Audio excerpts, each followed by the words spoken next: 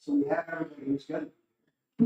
Senator Bradley may come down and vote with us if we're going to have a 5-0, but if we're not going to have a 5-0, I told him don't bother because it's going to on the regular calendar either way.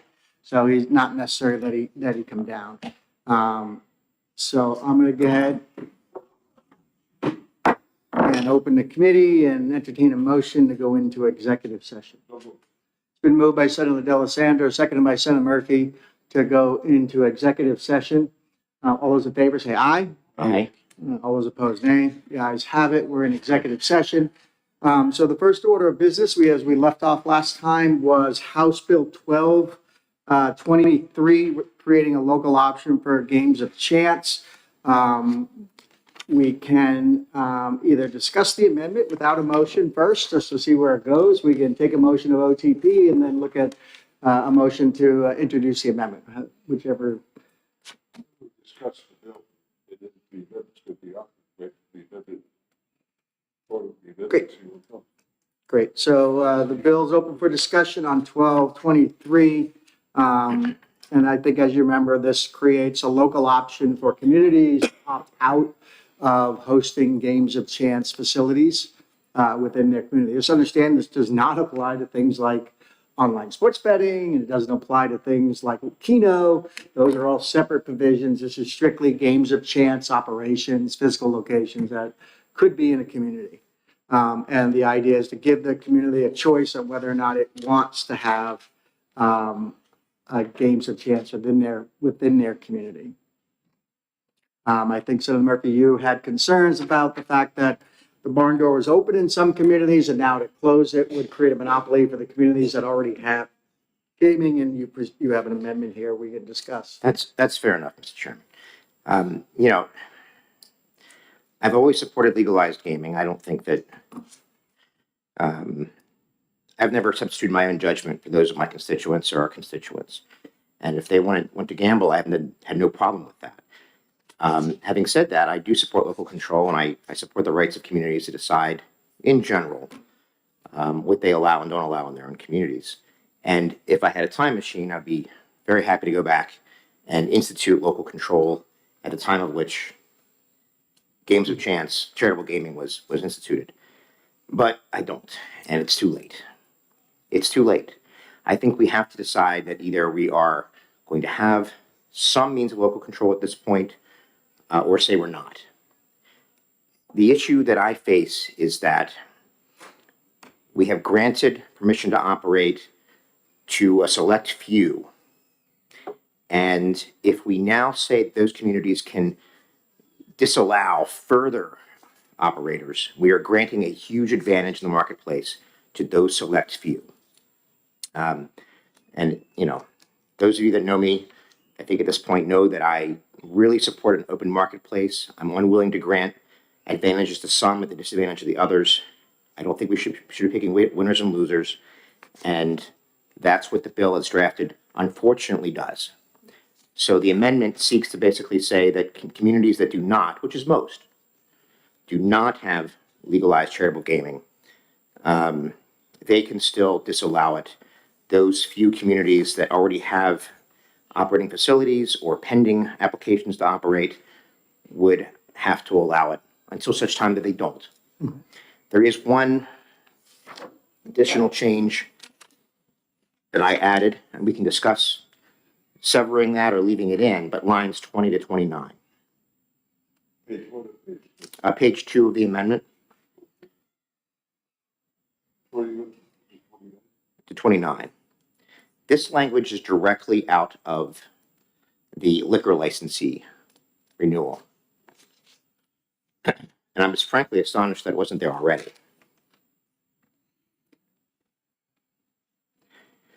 And I actually asked my assistant to print this out. It's 178:3.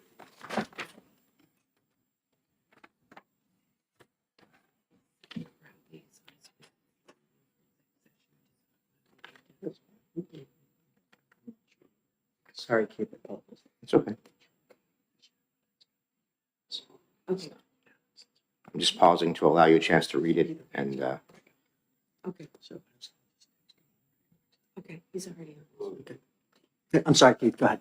All right, so what this does is basically copies over a section of liquor licensing, which basically says that there is no presumption that any license will be renewed.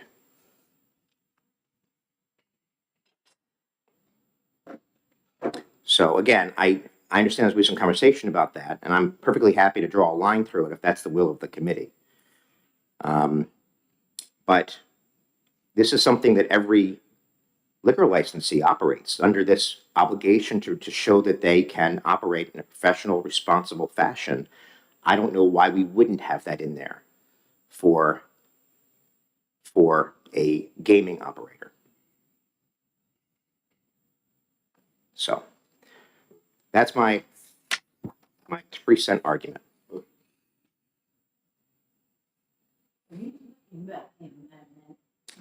Yeah, we're having. I did go into the discussion, amendment, and- yes, ma'am. And then the procedural process will be we'll take a motion on the original bill, and then, we're just having a discussion right now, just a generic, So could I, so Rep. Senator Murphy, sorry, it seems like you've changed the number of years in the rescinding portion from the underlying bill. Yes, ma'am, that's correct. The originally it gave 7 years, which I thought was a bit extensive, and so I changed it to 4. So I guess, as I think about the idea that some places already have it and other places will never get it, it seems to me like the places that are big, like Nashua, Manchester, maybe the Seacoast, if they are allowed to continue to just add establishments, I think 2 things happen. One, they turn into like Vegas Mile. But 2, I think they suck up all of the potential business from all over the state, and that would cut off opportunities for some smaller communities that might want to host it, but nobody sees the business opportunity anymore because everybody's driving to Seabrook or Nashua or Manchester. So that it concerns me that it might inadvertently destroy competition by trying to open it up. Senator, I don't mean to interrupt. Good, no, Speak good, out of turn. We're just in discussion. We already have an open marketplace. Right now, I think the argument that was being made by the bill is that we're too open. Right? Anybody can open anything, anywhere, statewide. So if there were, you're talking about Nashua, if there was a desire to put one in Hollis, there's currently nothing stopping it from happening, right?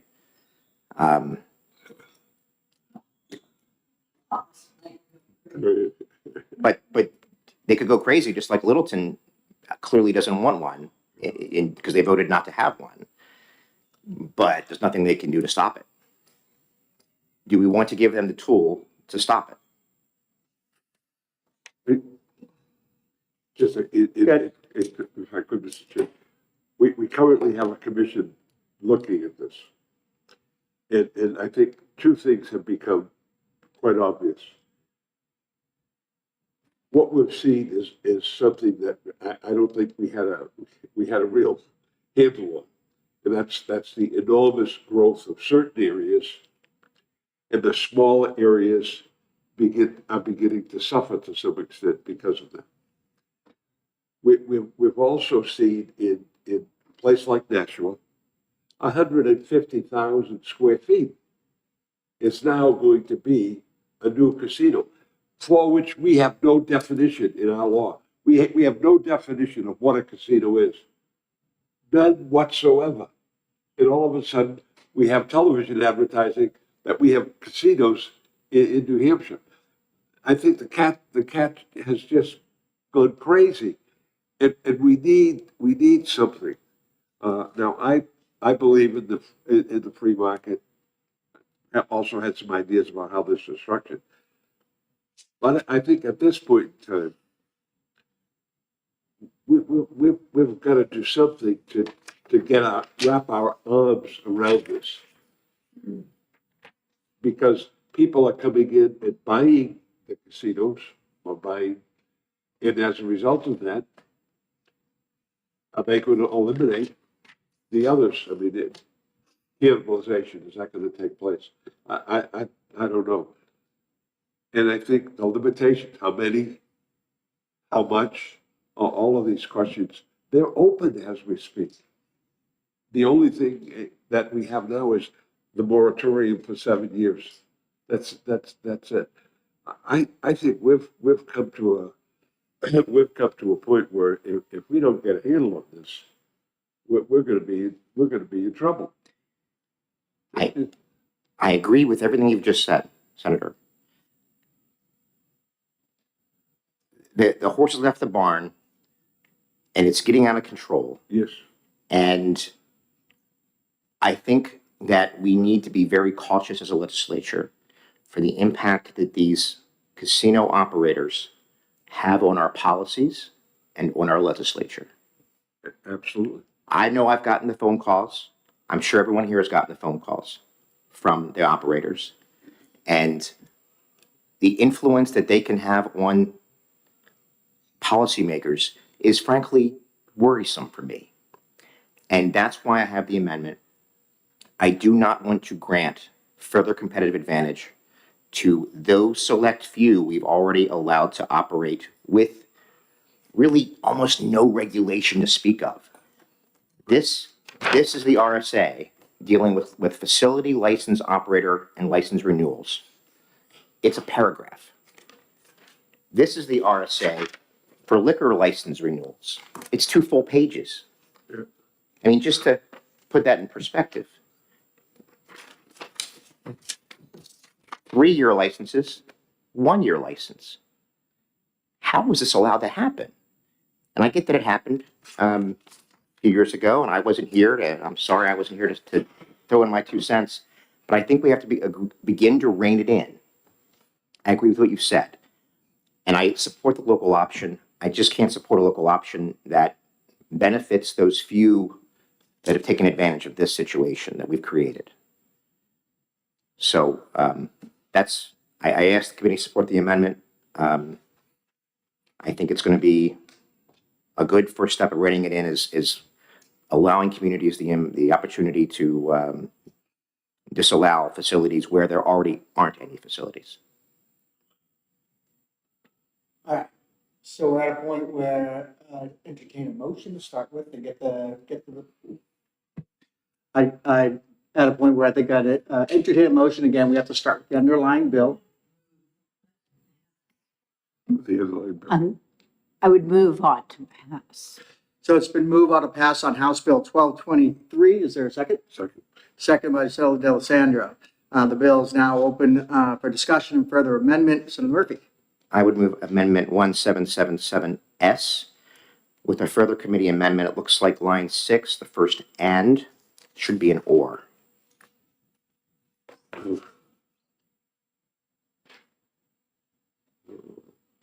Where is that? Line 6 of the amendment.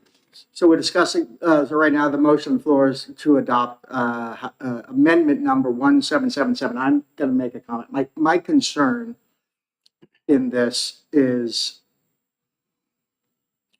that what this does is if a community wants to close the door, right? Not everybody pays attention to what's going on in their community, but if they want to close the door, a new operator coming in now with his already example would have to get a vote to approve more than one. And once that's approved, as many want could come in. But that next first new operator, as I read your amendment, would require, the current bill would require it to come in. You want to leave that door open.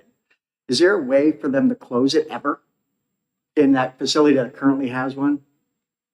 Or is it permanently open? In municipality, Yeah. as amended, the bill would allow municipalities to close the door if there were a future time when there were no operators. So let's say there was an operator and the license wasn't renewed or they went out of business. then yes, the community could close the door at that point.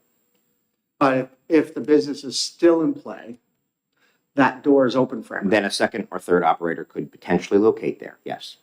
My concern with that idea is that we create Las Vegases within the state where you have a place where it's legal and everybody's going to go to that community, whether the community wants it or not. They're stuck taking it. There's no mechanism to shut it down. That's called Las Vegas. Huh? Or that's called Nashua at this point, I think. Yeah, well, again, so that's my concern is if a community wants to shut it down because they don't want Las Vegas, we're okay with having, Belmont Casino, but I don't want Belmont Casino and 15 others in the town of Belmont. And the town of Belmont's like, we don't want that in our community. And the door's closed for them. And I'm trying to figure out how we get to where if they want to close it after having it, how could we do that? If you have a solution that does not provide a benefit to the current operators at the expense of others who wish to enter the marketplace, I'm all for it.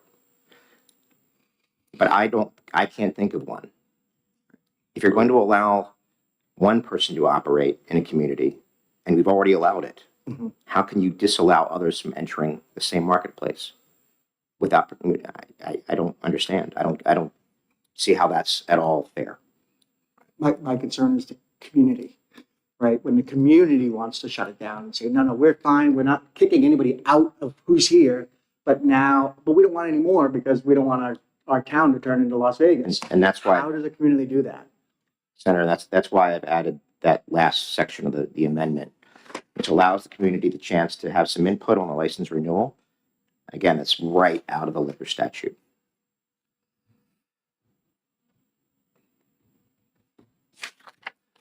Okay, I'm not sure I can support the amendment because I do want communities to be able to weigh in even after the fact. We can't go, like you said, we can't go back in time and stop them from creating a local option. But at some point, a community should be able to say, we've had enough. We want to stop and have that, and at least have that first say. So the next new operator that comes in creates a mandatory vote, but it could still be a yes vote and they could let them in. And then the door's open. But I think that they should be able to basically create a pause place, like we're not going to do anything right now. So I don't know that I can support the amendment. I understand what you're trying to do because but I also think a community should be able to, even after the barn door has been opened, allowed to close that barn door somehow without every business having to go out of business first before they can close If it. this were liquor licenses, why would that? How can you just say we're going to allow these two operators but not a third? What's the community saying they don't want that in their community, not the operators and not the, it's the people, the taxpayers and the residents of that community that would make that statement. So, all right. So there's a motion, Mr. Bradley? I apologize for coming in late, and I apologize to Ms. Warner for not having gotten back to her, but would we be able to recognize her for 2 seconds? Because I'd like to hear why this doesn't work for Littleton, I guess. Sure. Dr. Warner, if you want to go up to the microphone.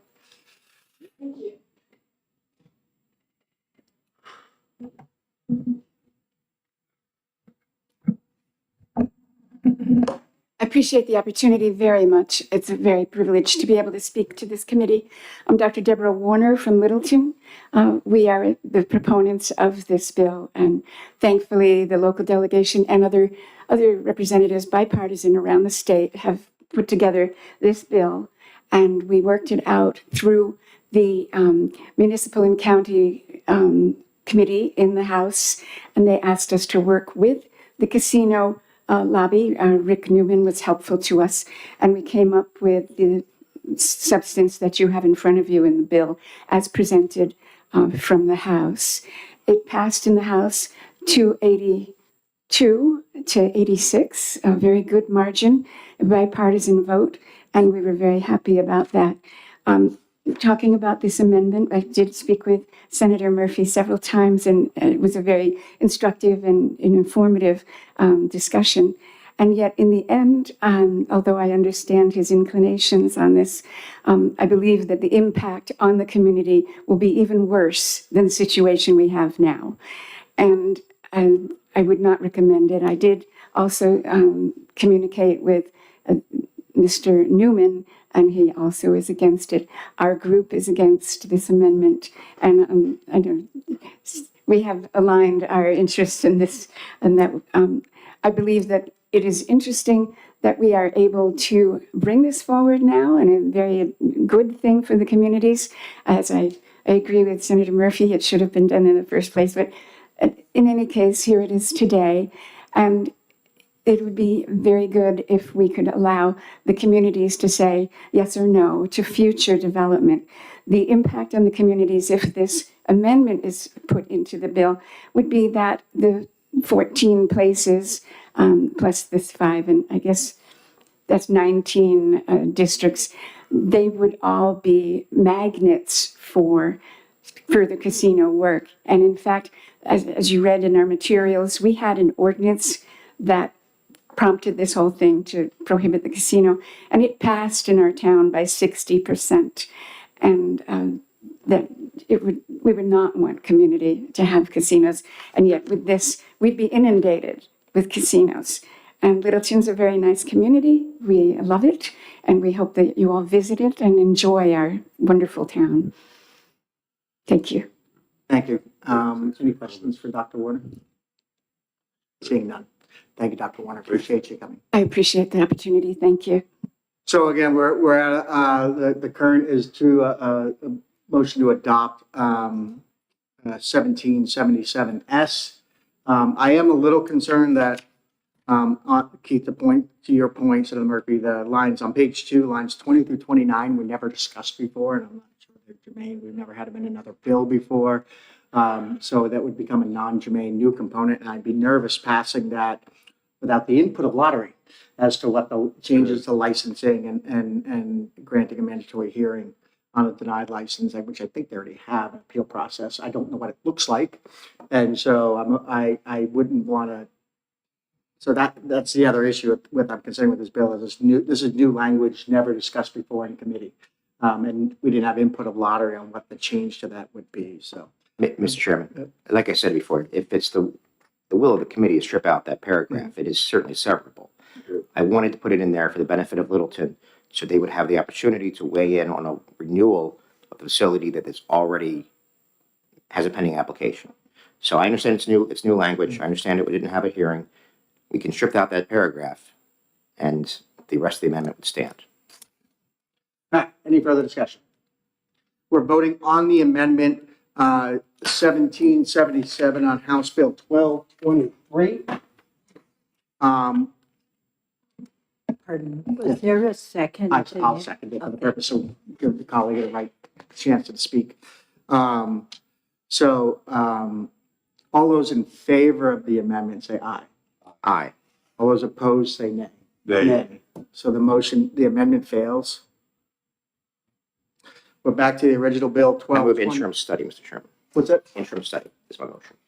So there's been a motion for interim study. Is there a second? Well, we have a pending We motion had a ought to pass. motion on Yeah, the motion on the So floor. there's a pending didn't motion we? ought to pass Passes on the floor. first. Okay. So if the motion of ought to pass fails, then your interim study I understand. recommendation could be taken forward. All those in favor of House Bill 1223 as written, signify by saying aye. Aye. Aye. Those opposed, nay. No. 4-1. Didn't we talk about the date? We're gonna make that change. Oh, the excuse effective me. date. No, I'm okay with the effect. Yeah, okay. Yeah. 2020.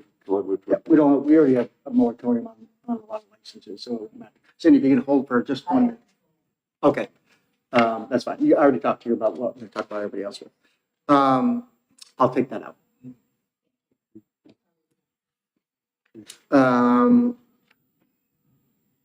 So we're done with bills. I just want to make the members aware, we have one bill left. It's a non-FN bill relative to a matter that's already been settled because we passed Senate Bill 472, which passed the House and is going to the governor's desk. So 1523 dealt with the same exact topic. There was another, those of us that attended the revenue hearing with Ways and Means the other day, and in talking with the DRA, revenues are doing okay, but not great. And the anticipation for the next fiscal year is going to be flat, not growth, sticking around.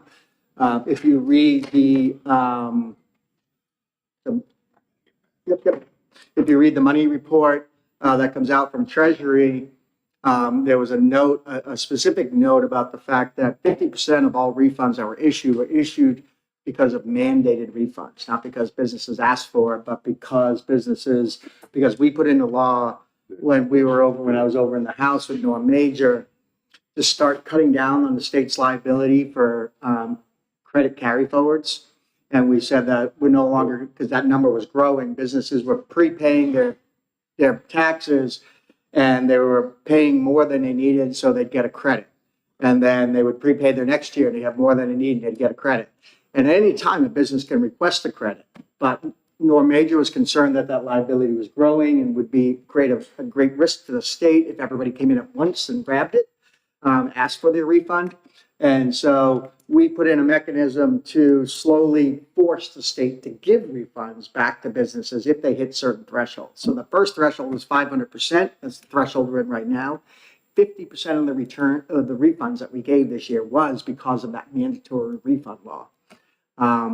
Given the revenue projections and revenue assessment of DRA about the flattening of it, I'm nervous that we're going to when we hit the next threshold at the end of next year, and we hit another mandatory, every single person who got one because of 500% is going to get one because of 250%, which is going to dramatically impact our revenues.